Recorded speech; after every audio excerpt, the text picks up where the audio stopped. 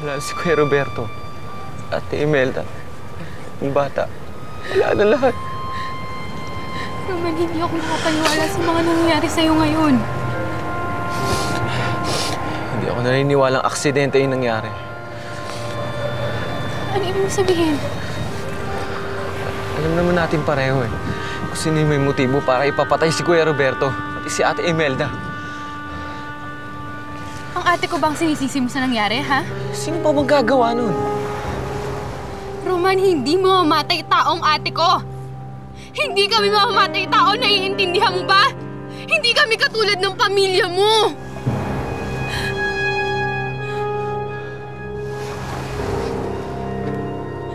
Saan pupunta?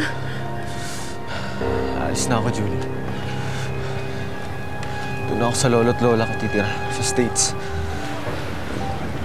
Iwanan mo ko? Ha? Ganun na lang yun? Iiwanan mo ako dito mag-isa? Wala na akong matutuluyan eh.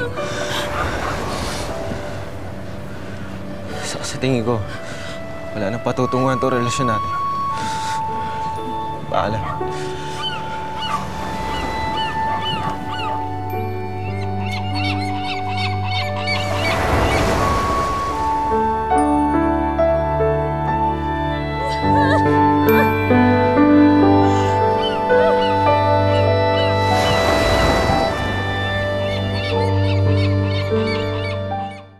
Kapayapaan ng Panginoong Diyos ay sumainyo.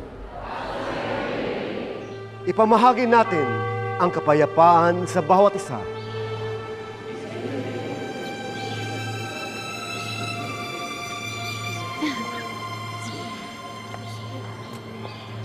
Kordero ng Diyos.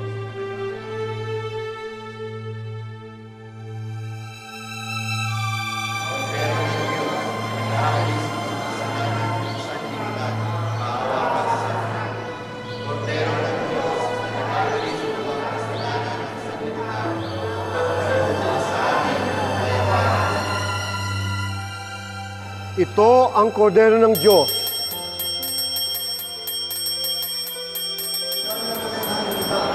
Wala akong ibang ginawa kundi isipin ka.